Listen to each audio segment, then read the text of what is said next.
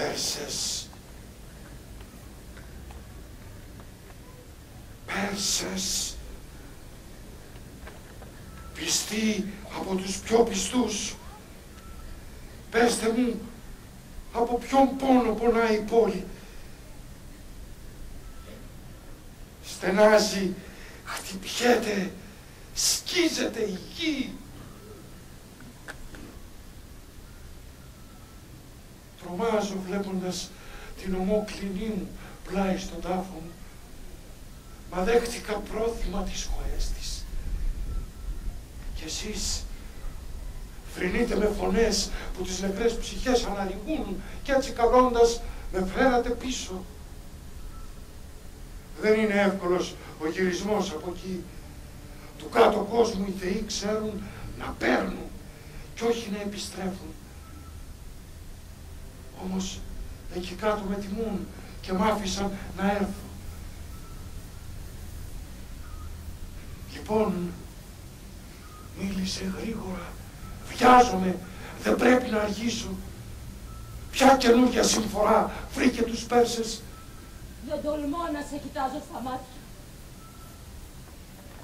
Δεν τολμώ να σου μιλήσω από αρχαίο για σένα σεβασμό. Το θρήνο σου άκουσα και γύρισα από τον Άδη. Πες τα μου όλα γρήγορα και άσε την τροπή. Δεν έχω χρόνο. Τρέμω να σου πω την αλήθεια. Τρέμω να σου μιλήσω με λόγια που σε φίλους δύσκολα λες. Ο παλιός σου σεβασμός σε εμποδίζει.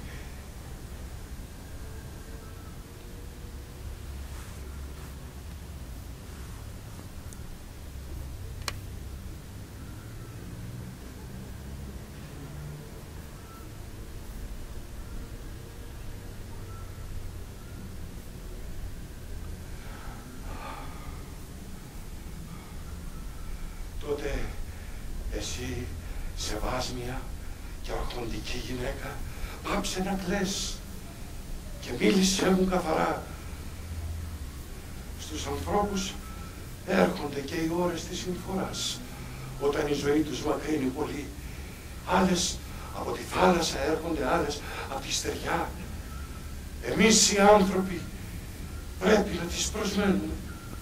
Εσύ των θνητών ξεπέρασες την ευτυχία όσο έβλεπες το φως του ήλιου.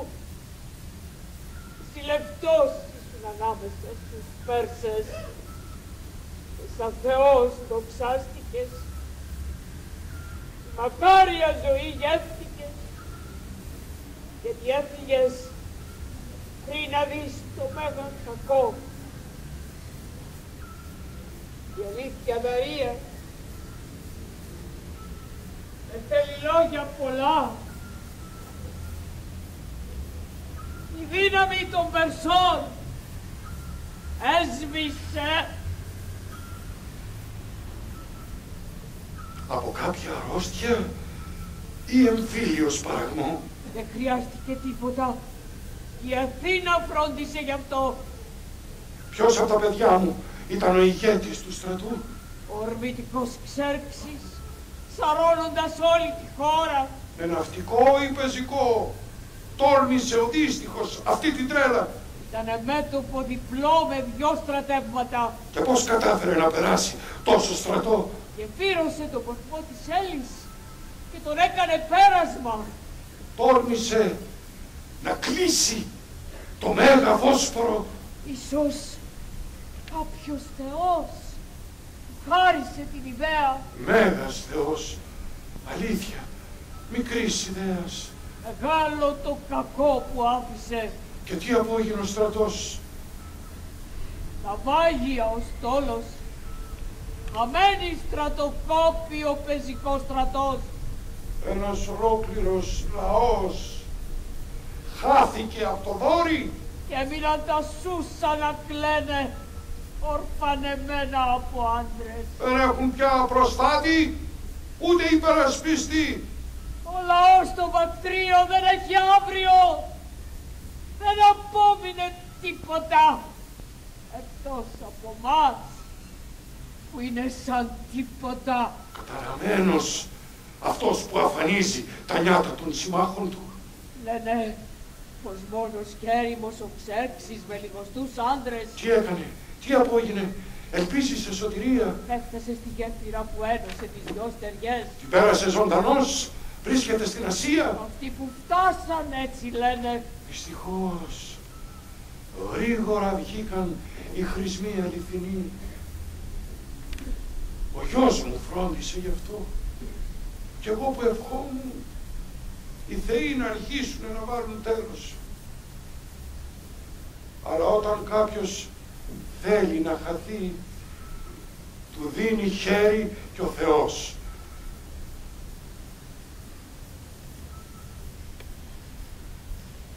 Άρχισε τώρα το κακό να εξοντώνει τους δικούς μας. Ο γιος μου φταίει για όλα αυτά και το θράσος της νιώτης του. Θέλησε να κλείσει τη ροή του Ελίσποντου, το ρεύμα του θεϊκού Βοσπόρου και να τον δέσει σαν δούλο. Άλλαξε το πορθωμό, τον έζωσε μαλισσίδες σφυρίλατες και άνοιξε δρόμο να περάσει ο μεγάλος στρατός. Νόμισε, ενώ είναι άνθρωπος, τους θεούς πως μπορούσε να νικήσει. Και τον Ποσειδώνα ακόμα. Μόνο μια τρέλα του μυαλού είχε τη δύναμη έτσι να τον πλανέψει. Φοβάμαι τώρα τη μεγάλη πατρίδα που με κόπο επέκτηνα, σαν πλούτο αφύλακτο όποιος προλάβει θα διαμοιράσει. Άθλοι οι σύντροφοί του και άθλιες οι συμβουλές του. Του λέγαν πως με πόλεμο απόκτησε τα εδάφη που άφησε στα παιδιά του. Ενώ εκείνος αδειλός έσαιρνε το σπαθί του μες στο παλάτι και τίποτα δεν πρόσθεται στο πατρικό το πλούτο. Τέτοιες προσβολές φίλων γέννησαν την απόφαση να εκστρατεύσει στην Ελλάδα. Αυτοί λοιπόν έφεραν την ημέρα που ερήμωσε τα Σούσα και αξέχαστη θα μείνει, γιατί παρόμοια δεν φάνηκε ποτέ από τότε που ο Δίας όρισε ένας μονάχα άντρας να κυβερνάει την Ασία, γη των αμνών, κρατώντας το σκύπτρο της εξουσίας.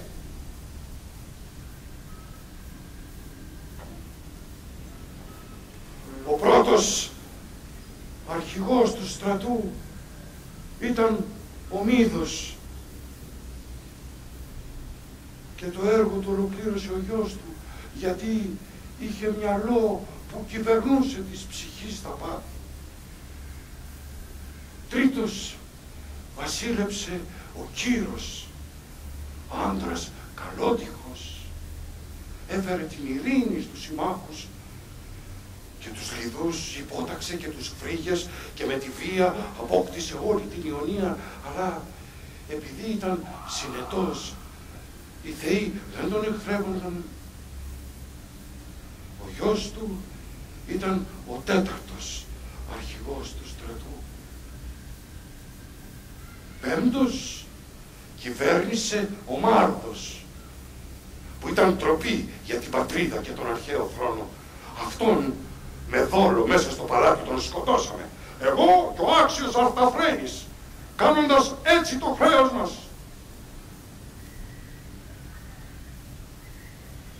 Έκτος κυβέρνησε ο Μάραφης. Έβδομος ο Αρταφρένης και ύστερα μου έδαχε εμένα, ο κλήρος που ποθούσα. Ξεκίνησα πολέμους πολλούς και με πολύ στρατό, αλλά ποτέ μου δεν εξάντλησα τη χώρα. Όμως ο γιος μου, ο Ξέρξης, που σκέφτεται σαν νέος, λησμόνισε στις συμβουλές μου. Γιατί το ξέρετε φίλοι μου, εμείς που ασκήσαμε την εξουσία μέχρι τώρα, όλοι μαζί, δεν κάναμε τόσο κακό στη χώρα. Βασιλιά Δαρίε,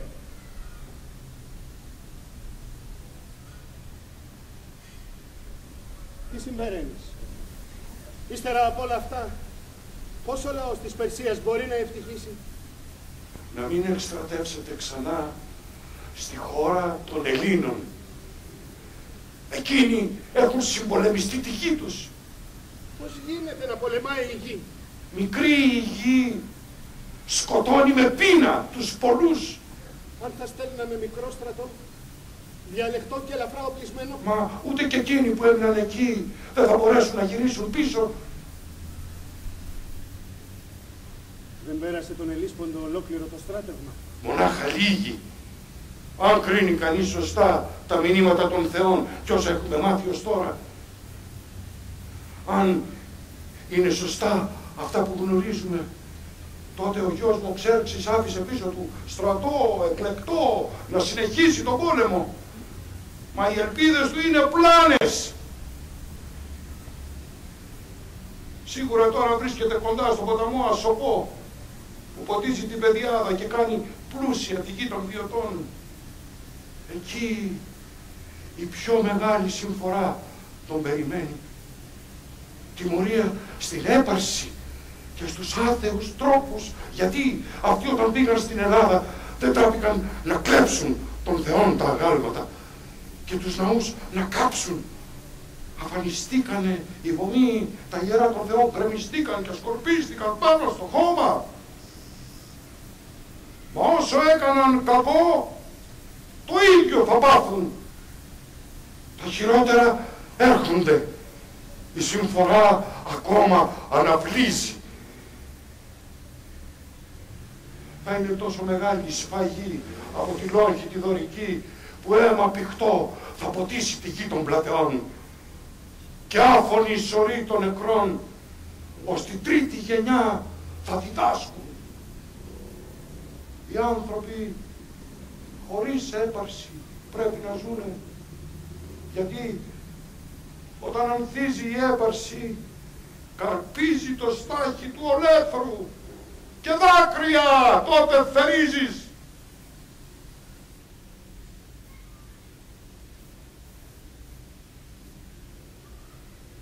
Γι' αυτό εσείς που διαβάζετε αυτές τις τιμωρίες να θυμάστε πάντα την Αθήνα και την Ελλάδα. Και ούτε κανείς να περιφρονεί τη σημερινή του τύχη και αναζητώντας περισσότερα να χάνει τα κεκτημένα. Είναι ο Δίας τιμωρός της έπαρσης και αυστηρά την κρίνει.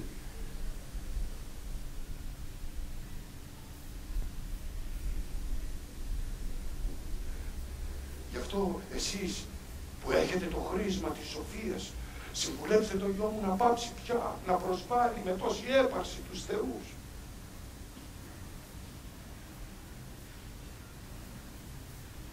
Και εσύ σε βάζει μια μητέρα αγαπημένη του Ξέρξη.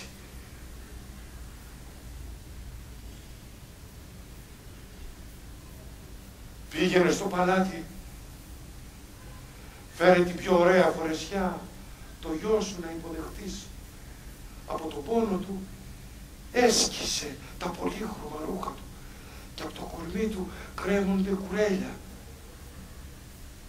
Με λόγια τρυφερά ησύχασέ τον, γιατί το ξέρω. Μονάχα εσένα μπορεί να ακούσει.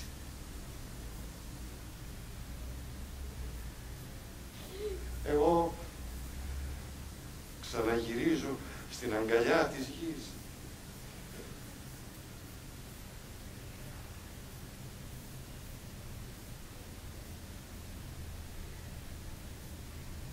Φίλοι μου, σας χαιρετώ και να θυμάστε, παρά το βάσανό της, να χαίρεστε την κάθε μέρα, γιατί τα πλούτη στους νεκρούς